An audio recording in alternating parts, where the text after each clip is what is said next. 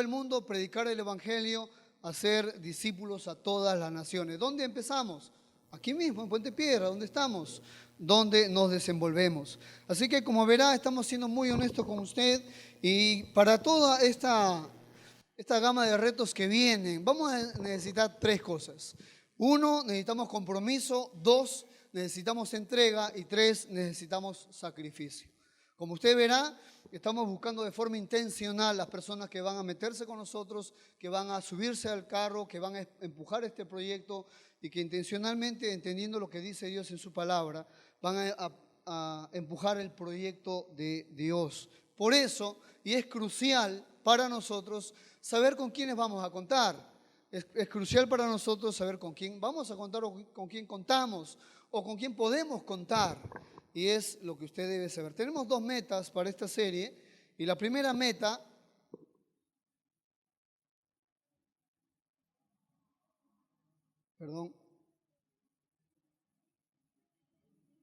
ahí está.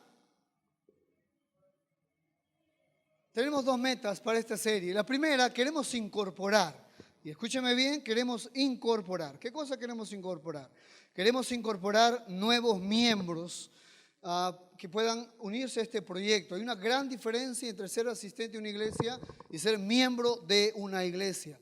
Una muy, pero muy abismal diferencia. Queremos afiliar, incorporar, unir, acoger. No sé cómo usted puede llamarlo mejor o entenderlo mejor, pero queremos nosotros integrar nuevos miembros. Buscamos personas en las cuales podemos confiar. O sea, buscamos a los confiables. El que puede decir, ¿sabe qué? Cuente conmigo, yo quiero estar ahí. Cuente conmigo, yo voy con ustedes. Cuente conmigo, yo me apunto, yo me subo al carro.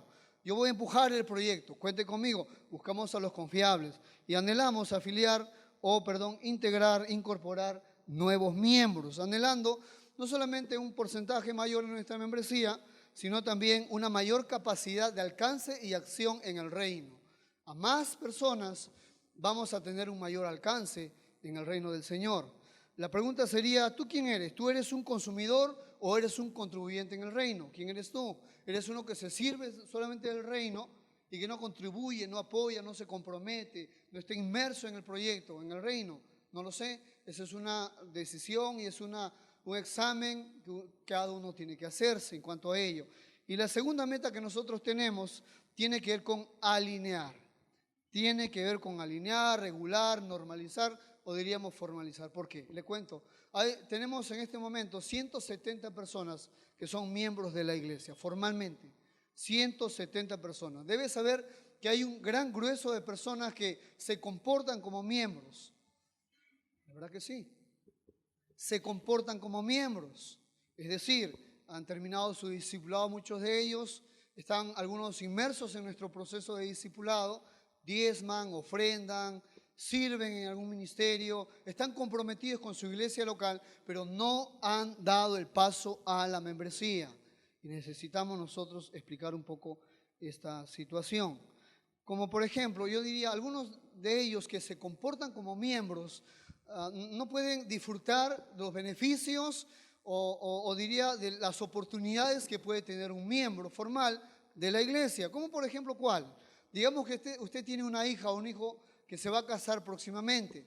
Y la pregunta es, ¿cuánto cuesta un local para que usted pueda desarrollar esa actividad? ¿Cuánto le cuesta? ¿1.000 soles? ¿1.200 soles? ¿Cuánto? Más o menos un sondeo. 2.000 o 3.000. Yo pensaba que 500, hermano. Muy bien, bueno. Mire, y esto siempre genera un problema, esto es un gasto mucho mayor. Pero si usted fuera miembro, usted con toda libertad dice, ¿sabe qué? Mi hijo se va a casar, o pastor, o los pastores que están ahí, necesito yo solicitar, con todo el respeto necesario, las instalaciones de la iglesia porque va a haber una boda. Y ¿sabe qué? Usted tiene toda la oportunidad y el derecho de que se pueda aperturar para que se dirija la boda o se pueda desarrollar la boda ahí. ¿Por qué? Porque es miembro. Porque usted está comprometido con su iglesia local. Porque usted está en medio de este proyecto de Dios y está siendo no solamente asistente o parte o escuchando las enseñanzas y beneficiándose con ello, sino que también usted está metido en el proyecto de Dios. ¿Ve la diferencia? Necesitamos alinear algunos que sencillamente ya se comportan como miembros. solamente que no han dado el paso a la membresía. ¿Qué falta? No lo sé, pero queremos nosotros hablar en cuanto a esto. ¿Sabe algo? Le digo una gran verdad. Bueno, todas son verdades las que estoy diciendo, por si acaso.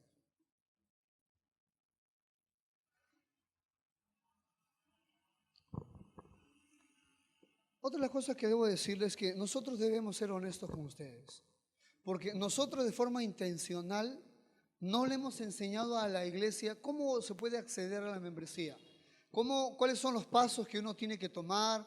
Y como usted verá, en los años anteriores, cada cierto tiempo, quizás 2 veces al año, hemos abierto una charla de membresía y no lo hemos hecho tan accesible y tan intencional. Por eso queremos enseñarle en cuanto a estas verdades de la iglesia, qué es la iglesia, cómo funciona y qué espera Dios en cuanto a los negocios en los cuales estamos inmersos.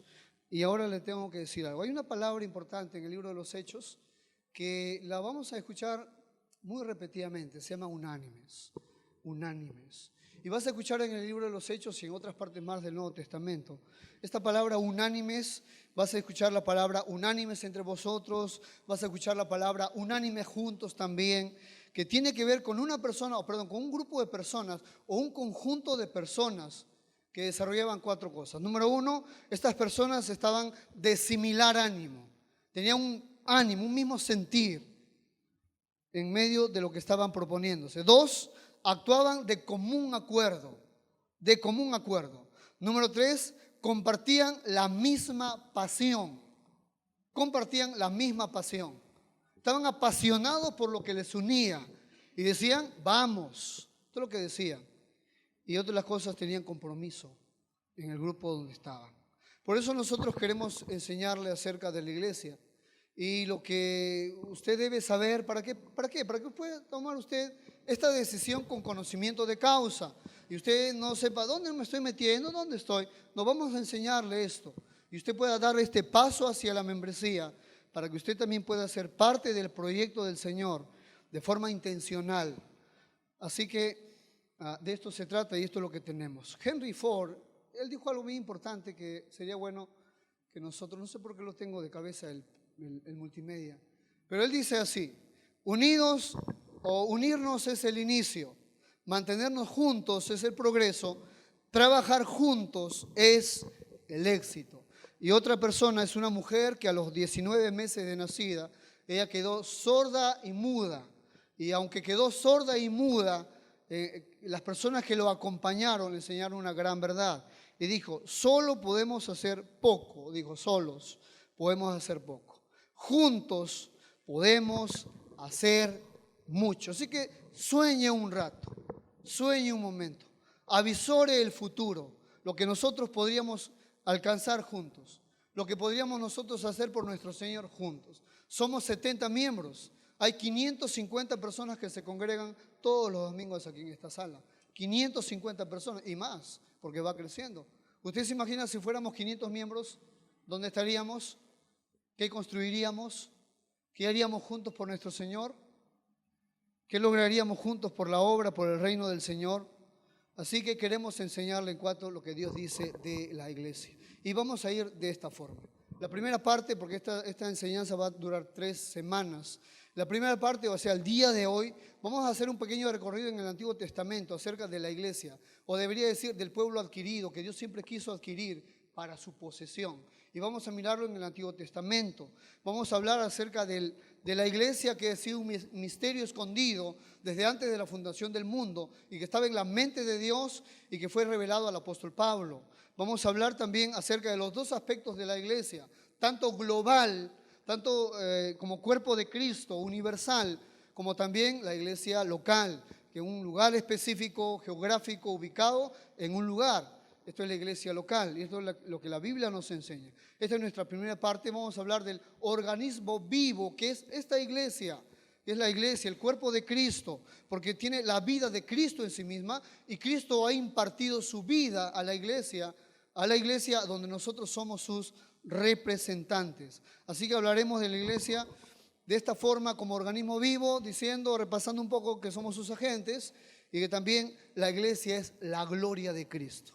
Esto es lo que vamos a hacer en esta mañana. No le digo la otra semana. Lo que vamos a hacer es vamos a hablar de la iglesia local ahora como organización visible, porque hay dos partes y dos acepciones. La iglesia entendida globalmente, universalmente, y la iglesia entendida de forma local, donde usted y yo nos congregamos y donde muchas otras personas se congregan en diferentes lugares de sus iglesias locales. Lo que nosotros miramos en el Nuevo Testamento, la iglesia de Colosas, la iglesia de Galacia, la iglesia de Corinto, etcétera, eran iglesias locales, ¿sí? Había un cuerpo general que es la iglesia, el cuerpo de Cristo, pero se multiplicaba en las iglesias locales, diferentes lugares donde adoraban a Dios. Muy bien, ¿está listo? ¿Ha entendido? ¿Está claro? ¿Qué le parece si oramos y ponemos este tiempo en el Señor? Padre, gracias damos por esta hora que nos das, que nos brindas. Permítenos, Señor, introducirnos ahora en la enseñanza de tu verdad. Permítenos ser claros, permítenos ser sencillos, pero también permítenos ser fluidos. Y que tu palabra, Señor, que es como una espada de dos filos, penetre hasta lo profundo, nos pueda convencer en nuestro corazón, nos pueda redarguir, enseñar y corregir también. Y permítenos ser parte de este proyecto de forma intencional en el reino tuyo que has puesto aquí, Señor, en esta iglesia local en Puente Piedra. Oramos esto, Señor, dando gracias y pedimos esto en el nombre que es sobre todo nombre, el nombre de Jesucristo tu Hijo. Amén. Amén. Muy bien, entonces empezamos. Tenemos un lema para usted. Ahora, ¿dónde está el lema? Este es el lema que quisiera que nos acompañe a lo largo de estas 3 semanas. Es un lema que lo hemos construido como cuerpo pastoral, importantísimo es para nosotros que queremos buscar compromiso de la gente. El lema dice lo siguiente, y sería bueno que lo puedas memorizar terminando estas enseñanzas. Dice, pertenezco a algo más grande que mi propia existencia. Es una verdad teológica, no solamente es una verdad práctica. Pertenecemos nosotros a algo mucho más grande que nuestra propia existencia. Cuando Jesús vino a este mundo no pensó en uno. No pensó en uno, pensó en muchos. Somos mucho más grandes, pertenecemos a algo más grande que mi propia existencia, comprometido con mi iglesia local en el gran proyecto de Dios. Una vez más, pertenezco a algo mucho más grande, mucho más grande. Y le voy a contar lo que está ocurriendo en las esferas celestiales en este momento que usted y yo estamos adorando aquí. Y no es que tenga un sueño, tenga una visión ni nada por el estilo, por la palabra de Dios, que vive y permanece para siempre. Pertenezco a algo más grande que mi propia existencia, comprometido con mi iglesia local en el gran proyecto de Dios. Y este es el lema para nosotros. Así que empezamos. ¿Sabe? A lo largo de la historia, Dios siempre se ha procurado un pueblo para su posesión. Dios siempre se ha procurado y ha buscado un pueblo para su posesión. Lo decía este teólogo, este es un hermano, un pastor, un teólogo, que dijo algo bien importante. Note, la misión de Dios en la redención siempre fue una comunidad. La misión de Dios en rescatar a personas siempre fue pensando, buscando un pueblo, una comunidad, un conjunto de personas. Dice, un pueblo para su posesión.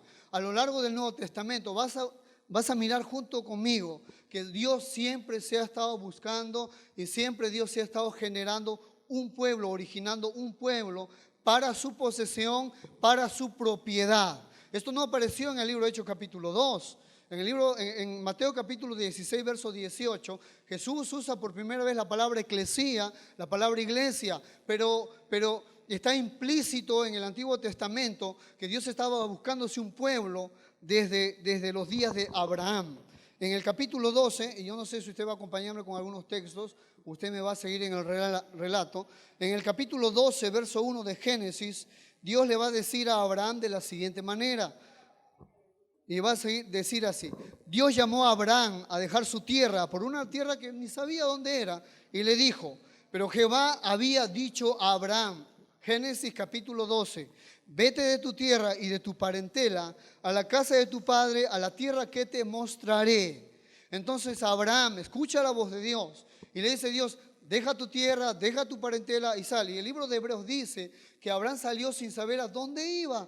Dios no le había dicho específicamente dónde iba a ser, pero la historia cuenta que Abraham llegó a un lugar específico y en el capítulo 12, verso 2, Ahora Dios le dice, y haré de ti una nación grande, y te bendeciré, y engrandeceré tu nombre, y serás bendición. Note esta palabra, le dice, y haré de ti una nación, pueblo, nación, una nación grande, y te bendeciré. La pregunta es, ¿qué nación? ¿Qué nación? Le dijo, Abraham no tenía hijos, su esposa no podía tener hijos, era estéril, estaban ancianos. Y le dijo, pero yo voy a hacer de ti una nación. Entonces Abraham, por las profecías del Señor, Abraham concibe un hijo. ¿Quién es? ¿Cómo se llama? Se llama Isaac. ¿Ok? Después de Isaac viene Jacob. Y Jacob tiene 12 hijos, las 12 tribus de Israel. Y a Jacob se le cambió el nombre y ahora él se llamaba, no te llamarás más Jacob, sino que tu nombre será Israel. Y de ahí se genera un pueblo, una nación, porque Dios siempre está buscando una nación para su posesión, para su persona. Siempre ha sido así, siempre lo ha hecho así. Nunca Dios ha pensado individual. Entonces no se trata de una persona, se trata de una comunidad. De una comunidad. ¿Qué nación hablaba? De Israel. De Israel. Esta nación se convertiría por primera vez llamada pueblo de Dios. Y ellos empezaron a ser el pueblo de Dios. Dios los eligió sobre. ¿Por qué no eligió otro pueblo? Porque Dios quiso elegir a Israel. Así dice la palabra del Señor. Dios quiso. ¿Por qué amó a Israel o Dios a Israel? Porque lo amó. Sencillamente porque lo amó. ¿Sí? No hay otra respuesta. ¿Pudo haber elegido a otra nación? Claro que sí. ¿A otro grupo? Claro que sí. Pero eligió a Israel. Entonces Israel, el pueblo elegido, escogido soberanamente por el Señor, ahora parece que empezaron a mirarse a sí mismos. Y Dios le va a poner algunas cosas en claro. Deuteronomio capítulo 7, versos 6 y 7, ¿me escuchas si no? Dice, pero Dios le aclaró algo al pueblo. Porque tú eres pueblo santo para Jehová tu Dios. Jehová tu Dios te ha escogido para hacerle un pueblo especial, más que todos los pueblos que están sobre la tierra. Escucha, Israel, no por ser vosotros, más que todos los pueblos, os ha querido y os ha escogido Jehová. Os ha escogido, pues vosotros eras el más insignificante pueblo de los pueblos, sino por cuanto Jehová os amó y quiso guardar el juramento que juró a vuestros padres. Israel, sí, tú eres el escogido de Dios. Israel, tú eres el pueblo elegido por Dios. Pero ten cuidado, Israel, porque no vi nada bueno en ti, sencillamente porque te amé. Por gracia, por misericordia, escogió Israel. Dios llamó a su pueblo su especial tesoro. Dios le dijo a su pueblo, ninguna nación se meta con Israel, porque Israel es como la niña de mis ojos. Por favor, que nadie se meta con Israel, porque Israel es como la niña de mis ojos. Estoy dispuesto a hacer cualquier cosa y a destruir cualquier nación, porque Israel es como la niña de mi ojo, dice literalmente el texto en Zacarías capítulo 2, verso 8. Luego le dijo en Isaías capítulo 43, verso 10, escucha, dice, le dijo, ahora Israel, ustedes van a ser mis testigos, ustedes van a ser mi siervo escogido. Una nación le llama mi siervo escogido. Van a ser mis testigos. Y esta era la intención de Dios. Le dijo en el profeta Isaías, vosotros sois mis testigos, dice Jehová, y mi siervo que yo escogí, para que me conozcáis y creáis y entendáis que yo mismo soy. Antes de mí no fue formado Dios, ni lo será después de mí. Yo Jehová, y fuera de mí no hay quien salve. Entonces Dios escogió a esta nación y le dijo, ahora ustedes van a ser mis testigos, ustedes van a ser mi siervo escogido. Y bueno, esto es lo que Dios eligió para Israel. El deseo de Dios es que era Israel llevara el conocimiento de Jehová a todas las naciones. Esto es lo que Dios quería. Dice el escritor Lucas, porque la salvación viene de los judíos. Y así era, esta era la intención de Dios, que Israel lleve a conocer a Jehová a todas las naciones. Y le dijo, ustedes van a ser mi reino de sacerdotes y gente santa, le dijo en Éxodo capítulo 19, verso 6.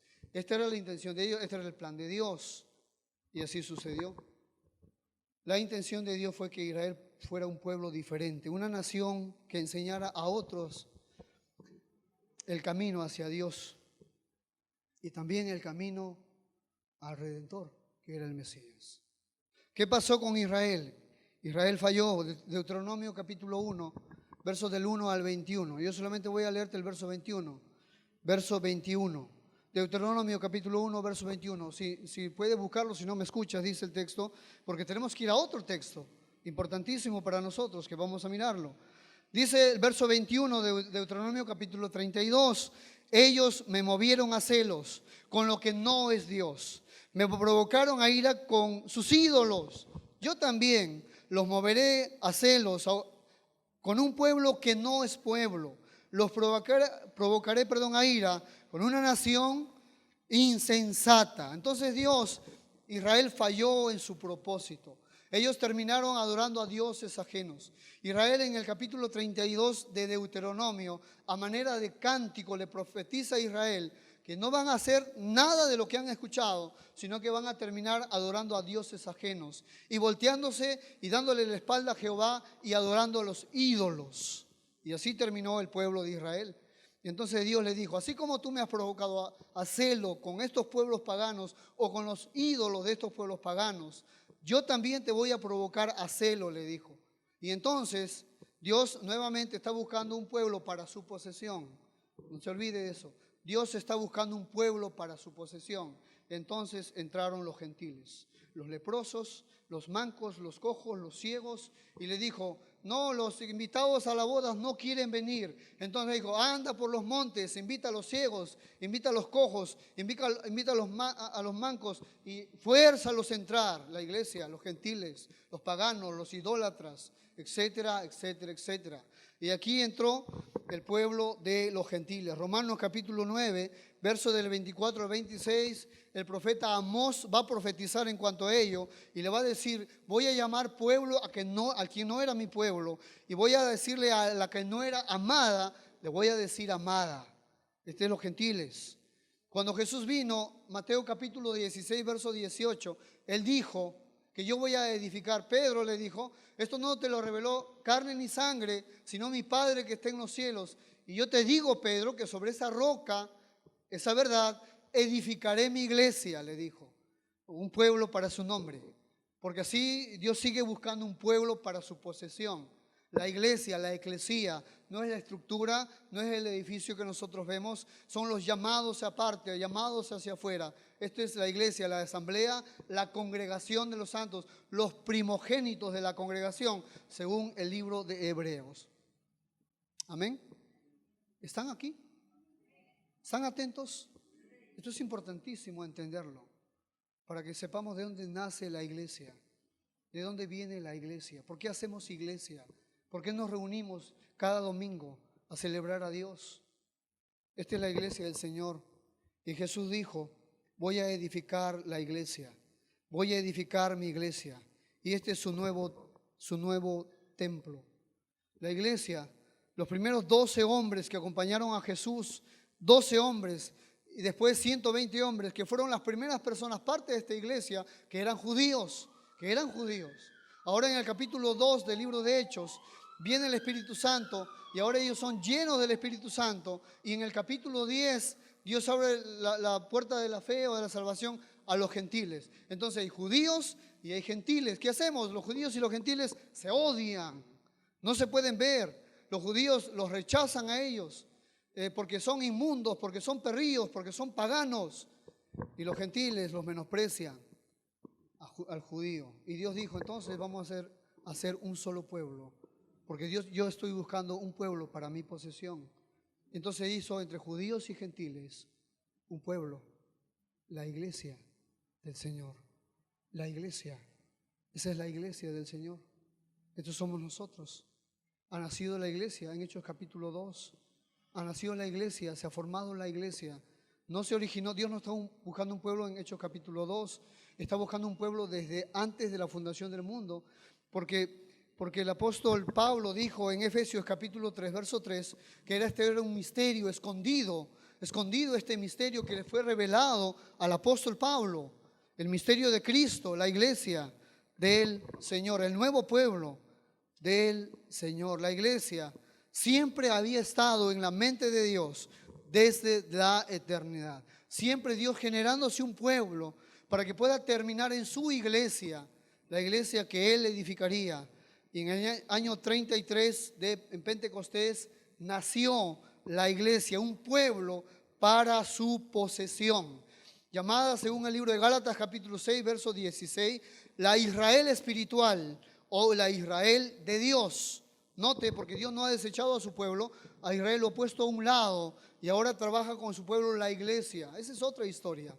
Pero ahora Dios está usando y está llamando a un pueblo que no era pueblo, que es la iglesia del Señor. Esta es la iglesia, este es el organismo vivo, esta es la organización visible. La iglesia del Señor ha nacido.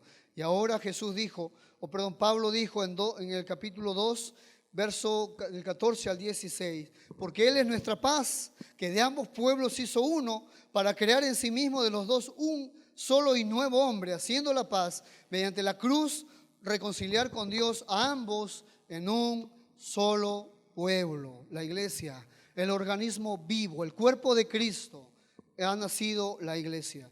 Cuando nosotros vamos al Nuevo Testamento, encontramos que el Nuevo Testamento, el apóstol Pablo va a llamarle y atribuir a la iglesia más o menos como 10 metáforas o ilustraciones. No vamos a mencionar todas. A la iglesia le llama, en 1 Corintios capítulo 3, versos del 6 al 8, le dice que la iglesia es la labranza de Dios, es como el cultivo de Dios, es como el campo de cultivo de Dios. Esta es la iglesia. Y le va a decir, yo planté, Apolo regó, pero ¿quién da el crecimiento? Lo da Dios. Esta es la iglesia. Fue asemejada o fue prefigurada o ilustrada como un campo de cultivo. El apóstol Pablo habló de la iglesia como un edificio. Les dijo también, vosotros no solamente son la labranza de Dios, sino que también son el edificio de Dios. Ahora no es esto que nosotros miramos físicamente, es un edificio espiritual. 1 Corintios capítulo 3, verso 9. Después Dios dijo, o el apóstol Pablo habló también, que iba a construir un nuevo templo, que en 3 días lo iba a construir. Eso era la iglesia. 1 Pedro capítulo 2 del 4 al 8, la iglesia, el nuevo templo, donde tú y yo ahora somos esas piedras vivas. Esas piedras componemos la casa del Señor espiritualmente, y tú y yo nos hemos convertido en piedras vivas espirituales. Estamos colocados ahí para que este edificio, esta construcción, este nuevo templo siga edificándose. Todo aquel que conoce a Cristo como su Salvador es una piedra viva que está edificando el templo del Señor, el templo espiritual. Si tú has aceptado a Cristo como tu Salvador, tú eres parte de este nuevo templo, tú eres una piedra viva. Yo no lo digo, lo dice el Señor, lo dice Dios. 1 Pedro capítulo 2, verso 5. Vosotros también como piedras vivas sois edificados como casa espiritual y sacerdocio santo para ofrecer sacrificios espirituales aceptables a Dios por medio de Jesucristo. Pero también cuando el apóstol Pablo habló de la iglesia dijo, ¿quieren entender la iglesia? Miren al cuerpo humano. Vamos a mirar 1 Corintios, por favor me acompaña a ese texto, sí. 1 Corintios capítulo 12, de 1 Corintios capítulo 12, del 14 al 27. Esta es la iglesia y Pablo dijo, ¿quieres entender la iglesia un poco más? ¿Quieres entender este organismo vivo? Mira al cuerpo humano, porque se parece mucho y cómo funciona la iglesia del Señor. Es como el cuerpo humano.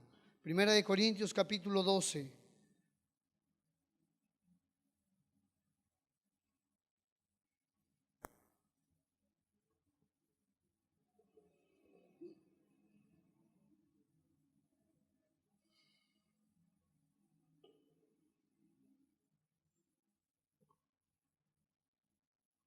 Primera de Corintios, capítulo 12,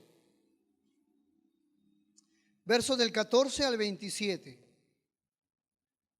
¿Quieres ver la iglesia? Mira el cuerpo humano. Funciona. Es un organismo vivo. Se mueve, está activo. Es muy, pero muy vivaz y dinámico. Esta es la iglesia. ¿Ya lo tiene? Dice así. Verso 14 dice, además, el cuerpo no es un solo miembro, sino muchos. Si dijera el pie, porque no soy mano, no soy del cuerpo, ¿por eso no será del cuerpo? Y si todo el cuerpo fuese ojo, ¿dónde estaría el oído? Y si todo fuese oído, ¿dónde estaría el olfato? Mas ahora Dios ha colocado los miembros, cada uno de ellos en el cuerpo como Él quiso. Pero ahora son muchos los miembros, pero el cuerpo es uno solo. Ni el ojo puede decir a la mano, no te necesito, ni tampoco la cabeza a los pies, no tengo necesidad de vosotros. Antes bien, los miembros del cuerpo que parecen más débiles son los más necesarios. Y aquellos del cuerpo que nos parecen menos dignos, a estos vestimos más dignamente. Y los que en nosotros son menos decorosos, se tratan con más decoro. Porque los que en nosotros son más decorosos no tienen necesidad. Pero Dios ordenó el cuerpo dando más abundante honor al que le faltaba, para que no haya desaveniencia en el cuerpo, sino que los miembros todos se preocupen los unos por los otros. De manera que si un miembro padece, todos los miembros se duelen con él. Y si un miembro recibe honra, todos los miembros con él se gozan. Vosotros pues sois el cuerpo de Cristo y miembros, cada uno en particular. Este es el cuerpo de Cristo, este es el organismo vivo. Cristo se ha impartido en la iglesia. La vida de Cristo está en nosotros. Y nosotros compartimos la vida de Cristo hacia otras personas, impartimos de Cristo a los demás. Y nosotros somos este cuerpo que está compuesto por una cabeza que es Cristo, y nosotros somos los miembros. Nosotros somos los miembros. Algo que debe notar y que se está repitiendo vez tras vez aquí es la palabra miembro. ¿Sí? ¿Sí? Es miembro. ¿Qué es miembro? Dice, ustedes son el cuerpo de Cristo y miembros. Y vez tras vez, está repitiendo la palabra miembro. ¿Qué es un miembro? Bueno, en el original la palabra miembro significa parte de. Este es un miembro. Comprometido con, este es un miembro en el cuerpo de Cristo. Usted está comprometido con el cuerpo de Cristo. Usted es miembro del cuerpo de Cristo. Es parte del cuerpo de Cristo. Eso es una verdad que nadie puede negar de todos los que han aceptado a Cristo. Pero ahora vamos a usar la palabra miembro para la iglesia local. Vamos a usar la palabra miembro para la iglesia local. Si miembro del cuerpo es todo aquel que es parte de, porque a veces se nos hace un poco complicado ser parte de mi iglesia local. ¿Por qué no puedo ser miembro de mi iglesia local? Donde sirvo, donde aprendo, donde soy beneficiado, donde se me da consejería, donde puedo aprender ciertas verdades profundas, donde puedo dar ciertos pasos de fe en cuanto a mi vida, donde velan por mi vida espiritual, donde estoy en un grupo pequeño, donde se preocupan por tener un discipulado. Porque yo no puedo ser parte de, porque no puedo ser miembro de, porque no puedo ser comprometido con la iglesia local, porque somos miembros del cuerpo de Cristo. Y la voluntad de Dios es que esto es una realidad en nosotros. Somos miembros del cuerpo de Cristo. Y la intención de nosotros, líderes espirituales, aquí en la iglesia, es que puedas dar un paso en tu membresía, aquí en la iglesia, para que tú seas parte de este proyecto aquí en esta iglesia local, ubicada geográficamente en un lugar específico y con un propósito para nosotros y para Dios. Amén. Para Dios. Cada miembro finalmente tiene ciertas cualidades aquí. Según el verso 14 al 20, cada miembro tiene una función diferente. Cada miembro tiene una función diferente. Verso 14 dice, además, el cuerpo no es un solo miembro, sino muchos. Si dijera el pie, porque no soy miembro, no soy del cuerpo, por eso no será del cuerpo. Y si dijera la oreja, porque no soy mano o no soy ojo, no soy del cuerpo, por eso no será del cuerpo. Cada miembro tiene una función diferente en el cuerpo de Cristo. No todos somos oreja, no todos somos ojo. Algunos son mano, algunos son ojo, algunos son boca y pueden comunicar muy bien la palabra. Algunos son mano y pueden ayudar a otros y tienen el don de la generosidad. Dios ha puesto los miembros cada uno y cada uno tiene su función diferente. Segunda verdad, ningún miembro puede decir, yo puedo andar por mí mismo, yo puedo hacerlo solo. Verso 21, ni el ojo puede decir a la mano, no te necesito, ni tampoco la cabeza a los pies, no tengo necesidad de vosotros. Oiga, si usted es miembro del cuerpo de Cristo y usted piensa que va a lograrlo solo, que va a salir de sus problemas solo, que va a afrontar sus pruebas solo, está sumamente equivocado. Esto no solamente tiene que ver con el ministerio y servir a Dios, sino que tiene que ver con nuestra vida en general. No podemos hacer y afrontar muchas cosas solo. Dependemos. Somos parte de un solo cuerpo. Somos parte de un solo cuerpo y no podemos funcionar por nosotros mismos. Tercera verdad, la cooperación de cada miembro es sumamente importante. Verso 22 dice, antes bien, los miembros del cuerpo que parecen más débiles son los más necesarios. Y aquellos del cuerpo que nos parecen menos dignos, a estos vestimos más dignamente. Y los que en nosotros son menos decorosos, se tratan con más decoro. Yo le hago una pregunta. ¿Para qué sirve el dedo meñique? Es parte del cuerpo. Dígame, por favor, 5 cualidades o 5 funciones del dedo meñique. ¿Para qué sirve? Para sacarse, bueno, ya. Muy bien, muy bien. ¿Tiene funciones? Sí, puede ser ciertamente indecoroso, pero tiene funciones. Tiene funciones. Cada miembro del cuerpo es sumamente interesante. Miren, ¿qué pasa si me pica aquí?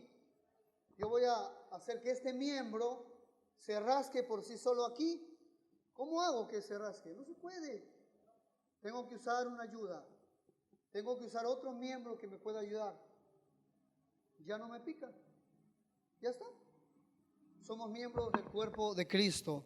Es lo que el Señor dice. Y esta es la voluntad de nuestro Dios.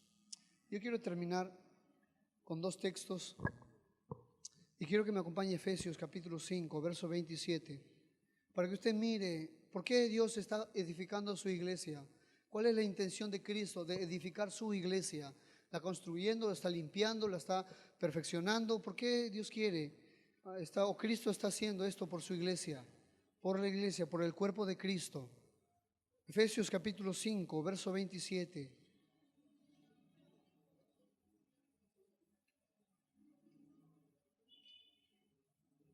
Efesios capítulo 5, verso 27.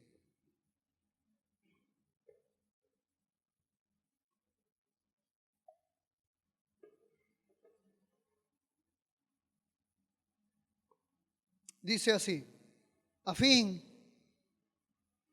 de presentársela a sí mismo, una iglesia gloriosa, que no tuviese mancha, ni arruga, ni cosa semejante, sino que fuese santa y sin mancha. Una vez más, a fin de presentársela, note, a sí mismo, para Él, una iglesia gloriosa, que no tuviese mancha, ni arruga, ni cosa semejante, sino que fuese santa y sin mancha.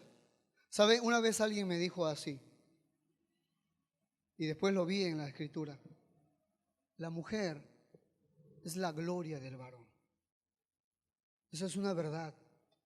La mujer es la gloria del varón. Como está tu mujer, es como la tratas. Como se viste, es como tú la cuidas.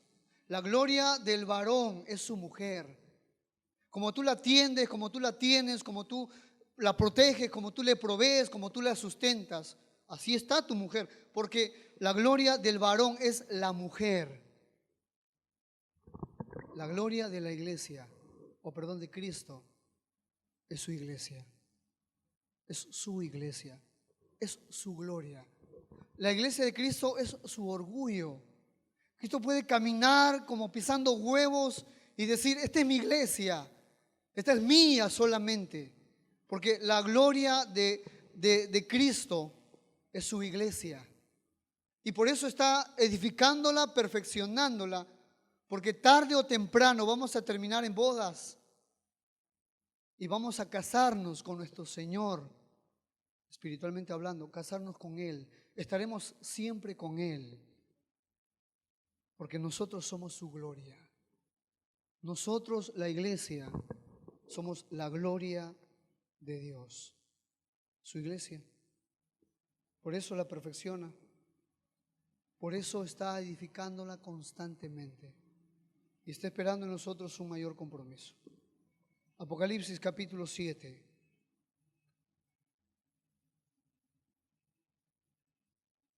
El libro de Apocalipsis, capítulo 7.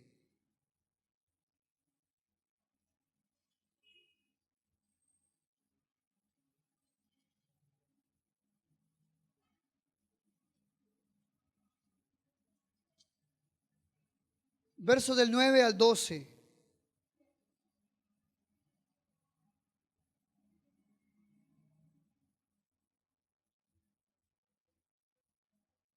Dice el verso 9 de la siguiente forma. Después de esto miré, y aquí una gran multitud, la cual nadie podía contar, de todas naciones y tribus y pueblos y lenguas, que estaban delante del trono y en la presencia del Cordero, vestidos de ropas blancas y con palmas en las manos, y clamaban a gran voz diciendo: la salvación pertenece a nuestro Dios, que está sentado en el trono, y al Cordero. Y todos los ángeles estaban en pie alrededor del trono, y de los ancianos y de los 4 seres vivientes, y se postraron sobre sus rostros delante del trono y adoraron a Dios, diciendo: amén. La bendición y la gloria y la sabiduría y la acción de gracias y la honra y el poder y la fortaleza sean a nuestro Dios por los siglos de los siglos. Amén. ¿Sabe? Alguien dijo lo siguiente. Dijo: cada vez que nos reunimos, cada vez que la iglesia se reúne, en todo servicio de adoración, estamos al borde y al límite de la verdadera adoración que está sucediendo constantemente en las esferas celestiales. Estamos así de cerca a esa adoración celestial. Mientras que nosotros nos reunimos una vez a la semana para adorarle a Dios como pueblo, como iglesia, esta adoración celestial está ocurriendo y está pasando constantemente. Es la congregación celestial que está alabando a Dios por los siglos de los siglos. Y cada vez que tú y yo nos reunimos, estamos haciendo parcialmente lo que vamos a hacer por toda la eternidad. Pero una verdad, esa adoración celestial que se está llevando a cabo en este momento constantemente es perfecta, pero no es completa. ¿Por qué? ¿Quién falta? La iglesia. Falta la iglesia. Y en un momento dado nosotros terminaremos adorando a Dios por los siglos de los siglos. Esta es la iglesia, el organismo vivo del cuerpo de Cristo. Oramos. Oramos a Dios.